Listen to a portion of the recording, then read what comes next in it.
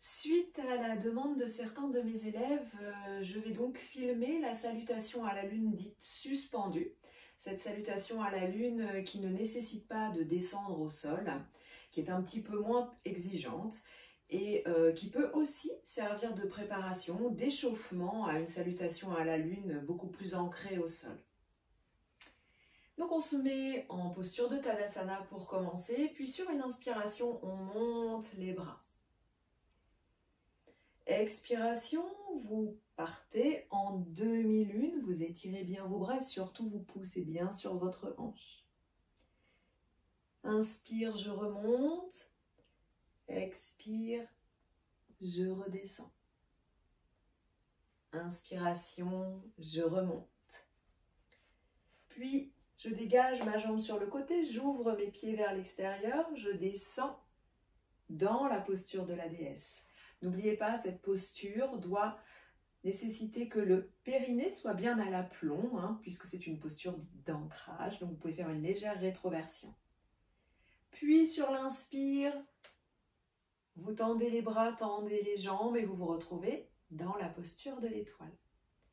Vous faites pivoter votre pied à 90 degrés pour pouvoir descendre dans votre posture de Trikonasana, le triangle. N'oubliez pas, on essaye d'être dans le même plan, c'est-à-dire de ne pas partir les fesses trop en arrière, donc pousser légèrement le bassin vers l'avant.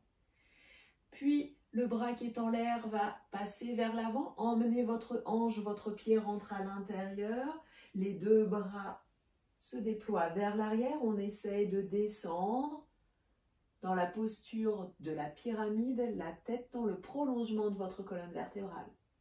On vient activer les muscles de la chaîne postérieure. Puis, on plie notre genou, remonte sur l'inspire, dans un guerrier 1. Les mains se rejoignent, descendent en prière au niveau du cœur et arriver à ce niveau-là nous fait pivoter. On repasse au centre en gardant toujours cette idée du périnée à l'aplomb, puis hop, on passe de l'autre côté. Sur l'inspire, on monte, on déploie les bras, on pivote pour se retrouver de nouveau dans notre guerrier 1. Puis on tend les deux jambes, les bras passent le long du corps pour se retrouver de nouveau dans notre pyramide. Puis le bras qui se trouve du même côté que la jambe de devant va venir glisser le long de la jambe, l'autre passe par-dessus vers le ciel pour se retrouver en Trikonasana. On tombe dans l'étoile, puis de nouveau dans notre posture de la déesse. Vous pouvez descendre le plus bas possible si vous le souhaitez.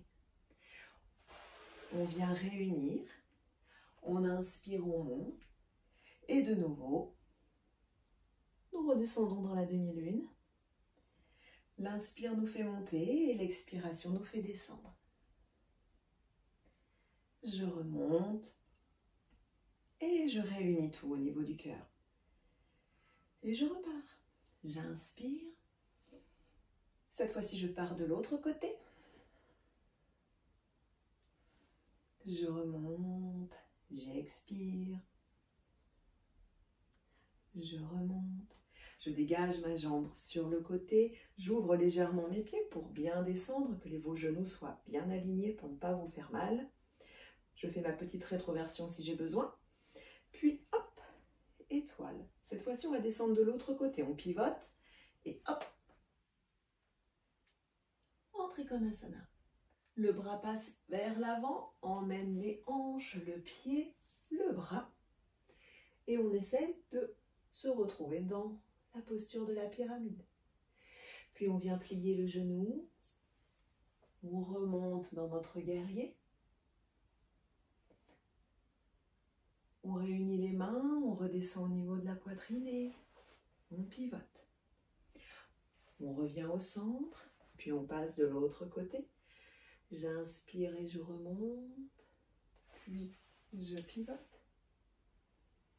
Hop, je tends. De nouveau, dans ma pyramide. Mon bras vient glisser le long de ma jambe.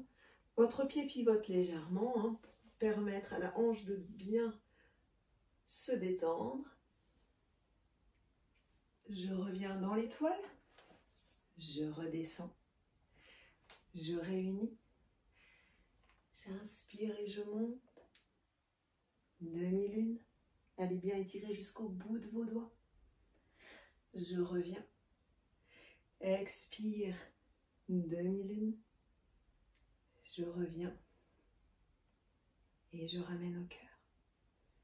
Voilà, j'espère que cette vidéo vous servira de répétition, d'entraînement pour qu'on puisse faire tous ensemble cette salutation afin de vraiment découvrir les bienfaits de calme, d'ancrage lors de nos prochains cours. Namasté.